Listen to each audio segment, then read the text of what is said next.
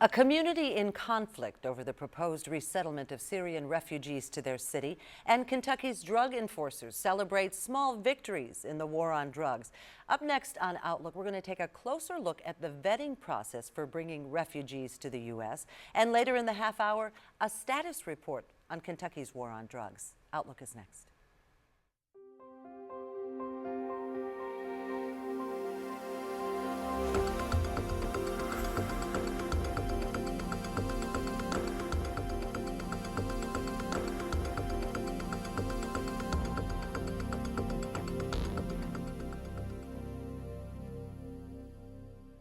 Hello and welcome to this week's edition of Outlook. I'm Barbara Deeb.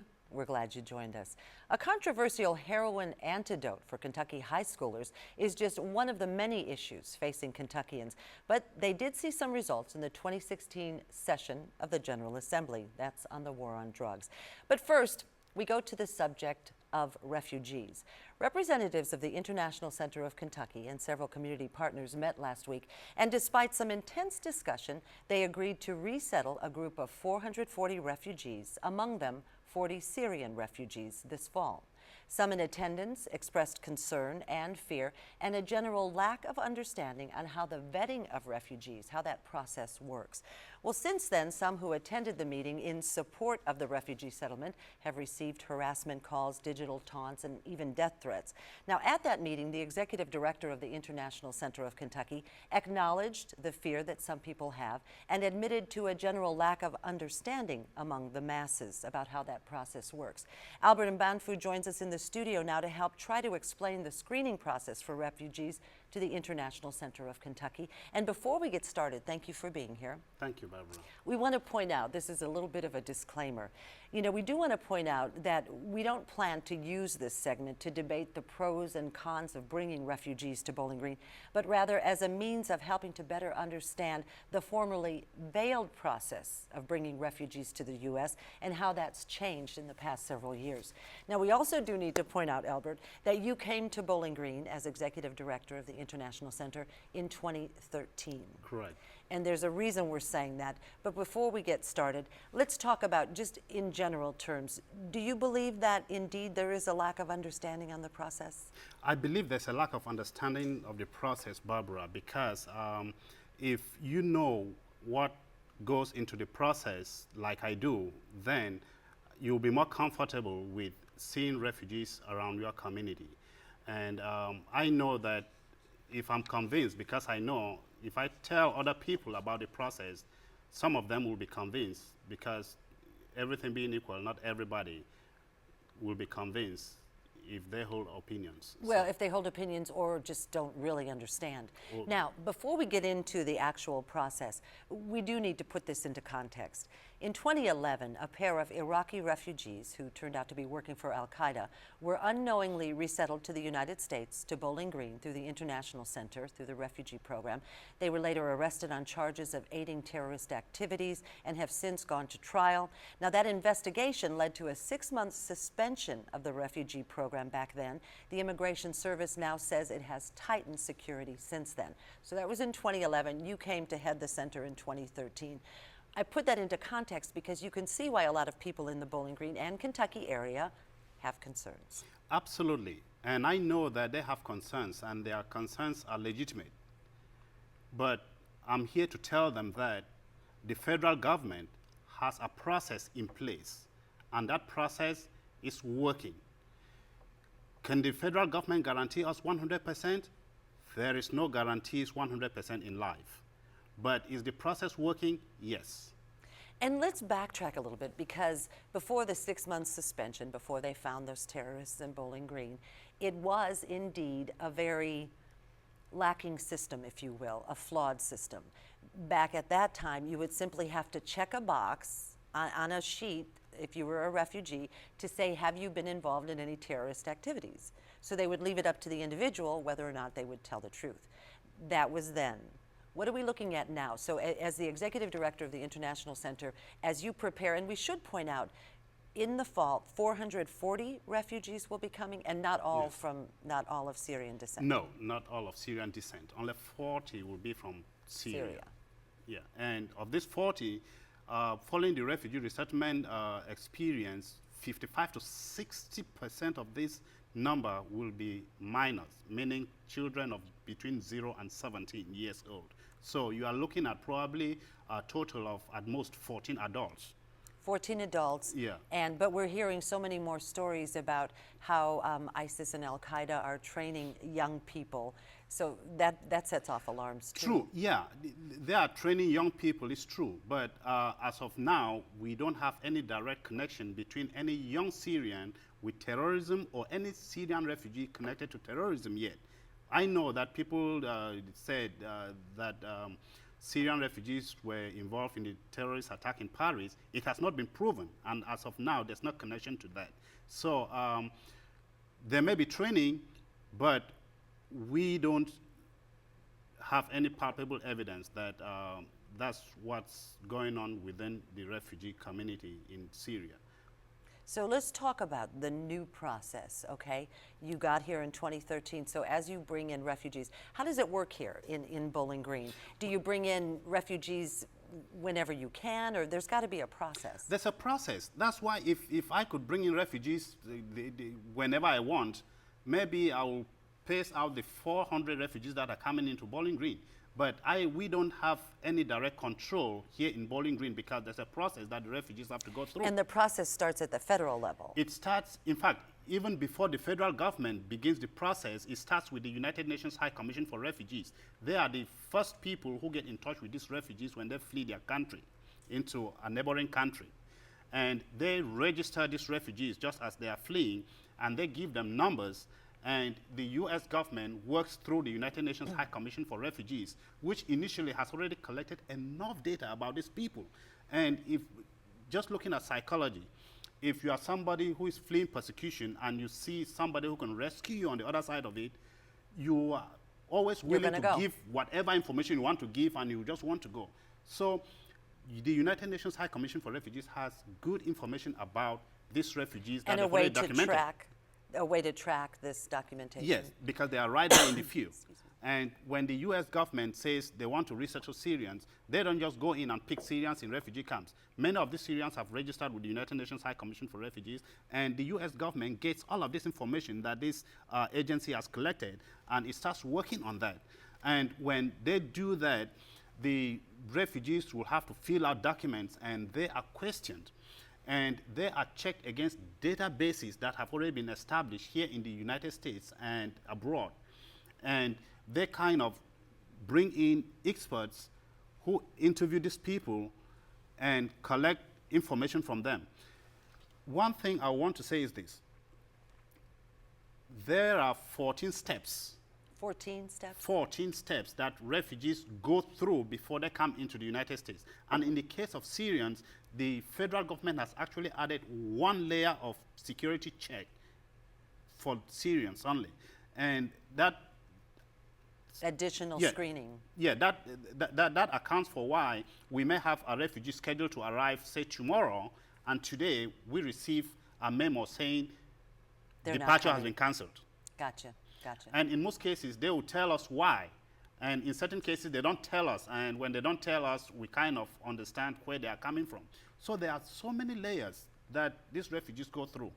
And just to add, if a bad guy really wants to hurt the United States from Syria, they may not want to use the refugee resettlement process because it is a 14-step that they have to go through. It's so thorough, they would prefer to go to a U.S. embassy somewhere and just seek a visa and come into the United States, because those who go to embassies to get visitors' visas do not have to go through the same vetting. Do not have to go through the same vetting process. Tom. And many of them are Europeans, and they can come into the United States without visas. So we have to be very careful the way we look at it. Now, you brought up Europe. You know, a lot of the Syrian refugees are fleeing and have been housed in Greece and other areas. Germany and Germany, yes, and their borders are, you know, getting filled up. So how many in general, not just to Kentucky, but do you know how many Syrian refugees are coming to the United States? Our guess is we will have about 10,000 or a little bit more coming into the United States. So as of now, that's what we are hoping to have. But I want the Bowling Green community to understand that this is a proposal that we've made. A proposal. Yeah, it's not written on stone. It may change. It may change, yes. We may have 40, we may not have. Gotcha. We may not have more than 40, but we may have less or 40 or nothing at all. Now, when they get here, and I'm talking about, you have 440 refugees coming from many different countries in the fall, 40 of which are of Syrian descent. So when all those 440 come, let's say they all come, okay? Yeah. Just use that. Do they all come at the same time? No. Or do you space them out? You space them out. We don't space them out. The security screening process will space them out. Send them in different intervals? Which means that if you have a refugee who is going through the process and verifying the databases, they are cleared, they automatically fall in line for resettlement.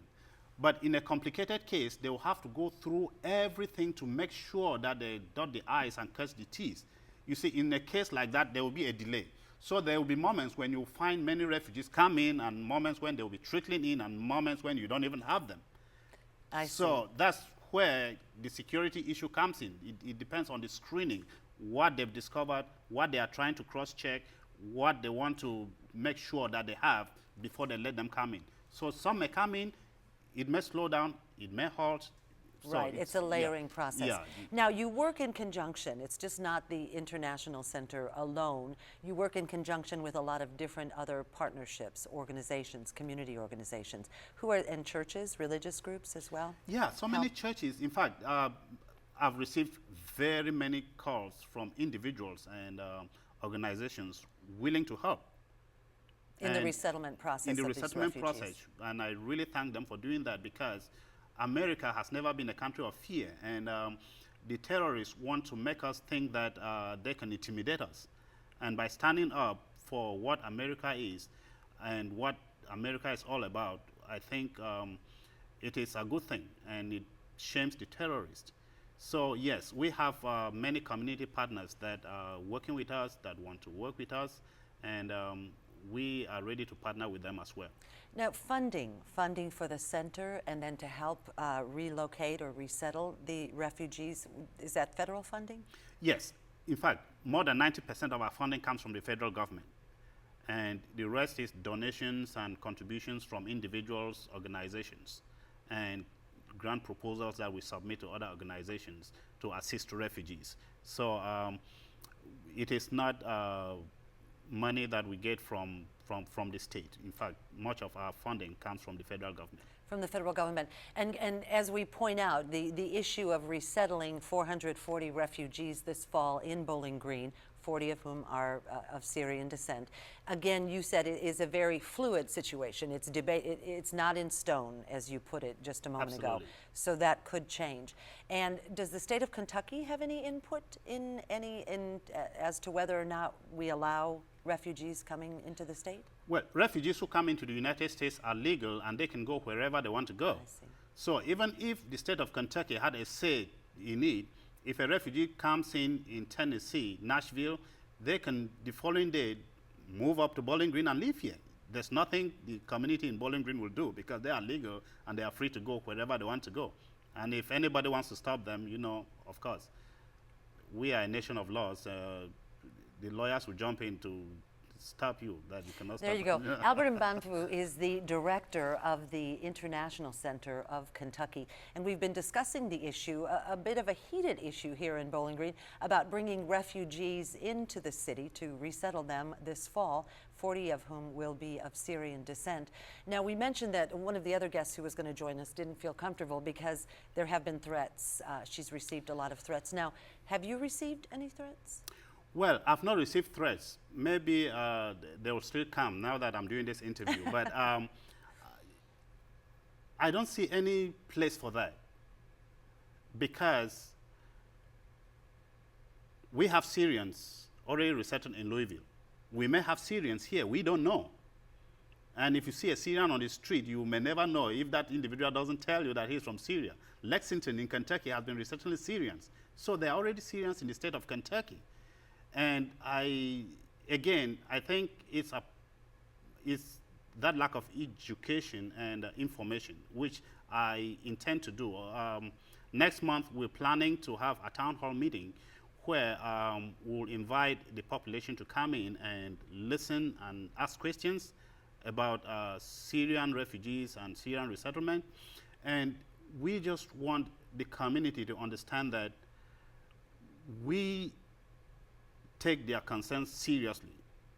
And I know for sure that the federal government is doing its best to vet these people and make sure that anybody who is coming into the United States is a good person. And some may not trust the federal government. It's their right not to do so. But you have to understand that the most corrupt and dictatorial regime in the world has one thing that they always make sure they never let go, and that is protecting its citizens and its territorial integrity. So the United States, even if you don't trust the federal government, I think I will trust them, because I know that no matter how irresponsible any government will be, protecting its citizens is number one. So I believe the federal government is doing the right thing, and that they are doing everything humanly possible to make sure that they bring in Syrians who are considered good people, because that's who we are as Americans. And there's no reason why we should turn away from more than 200 years of our history.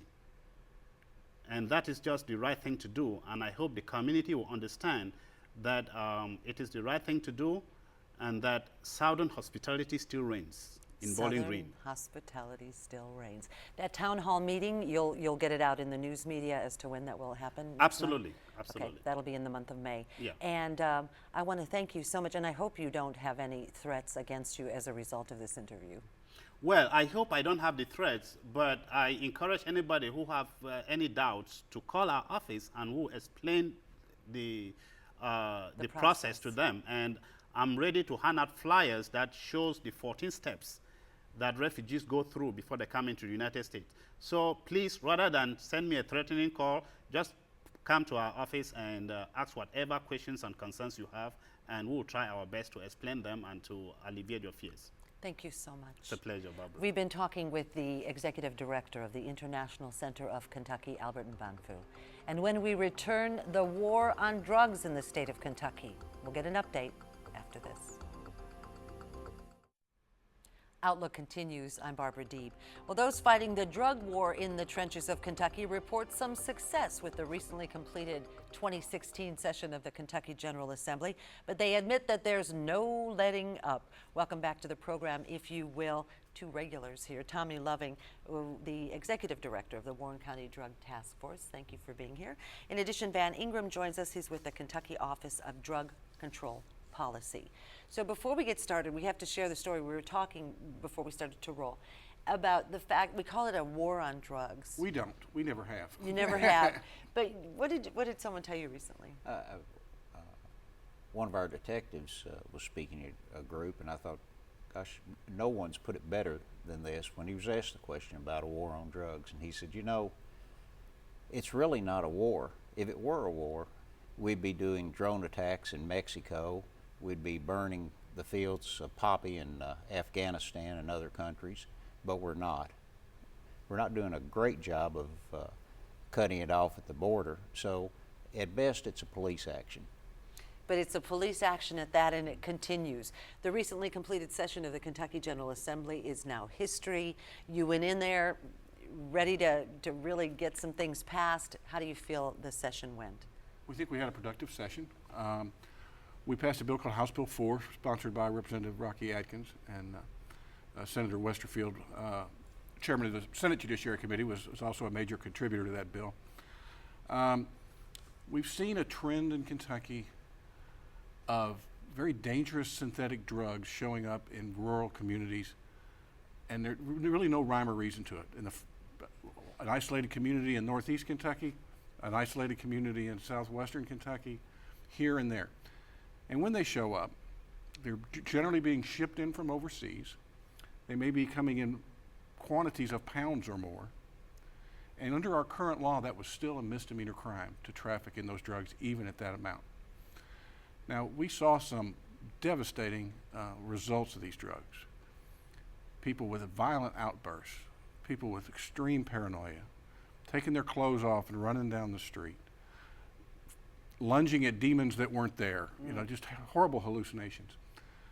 So the severity of the penalty for dealing with them didn't recognize the severity of these drugs and how dangerous these drugs are. Now it will be a felony to traffic in any amount of a synthetic drug in Kentucky. First offense. It'll be a C felony, 5 to 10 years for a second or subsequent offense. It'll be a Class A misdemeanor to possess a synthetic drug, where previously it was a B misdemeanor. And it will be a Class D felony for a second offense of possession of a synthetic drug. So we think the penalties now are more in line with the danger of these drugs.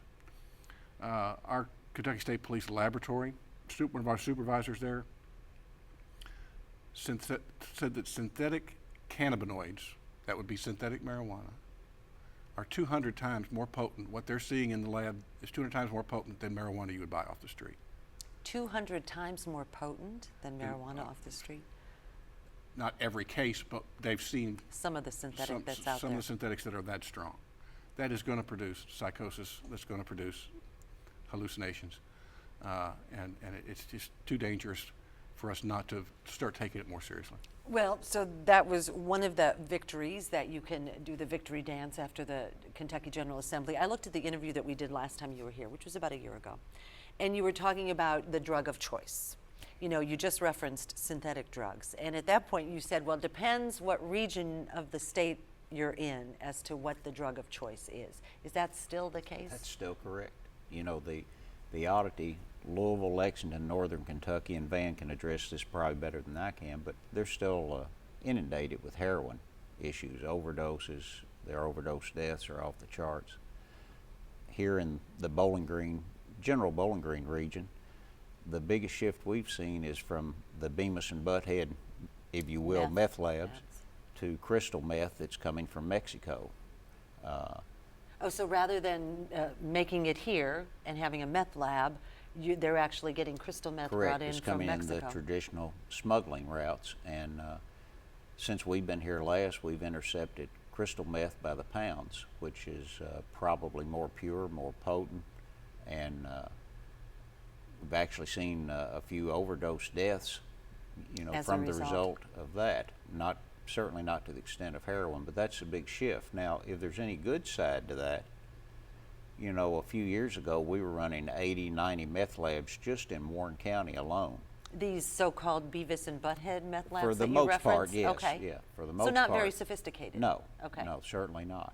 Now, we did find one or two a few years back that would qualify as a super lab, but not very many. Most of them were I guess the more polite version would be mom and pop labs. I prefer Bemis and Butthead. But anyway, that's down, even 5 years ago, we were running 80 to 90 here in Warren County.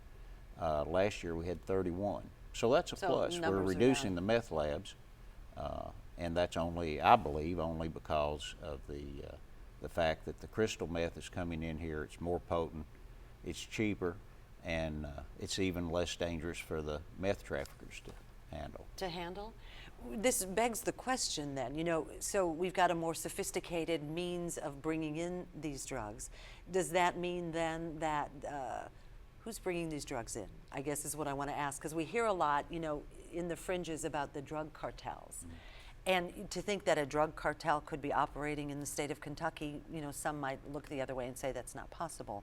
But Oh, it's very can we? possible. And it's not just possible, it is occurring every day. Below the southwest border, and that's not just Mexico, it goes below Mexico into Central America. The production and importation of illicit drugs is a billion-dollar industry. billion. Many billions. Would rival many Fortune 500 companies in this. And think about what they do for a minute. They take an agricultural product, refine it into a pharmaceutical product, and ship it across the world. That's not easily done, and they do it every day with great ease.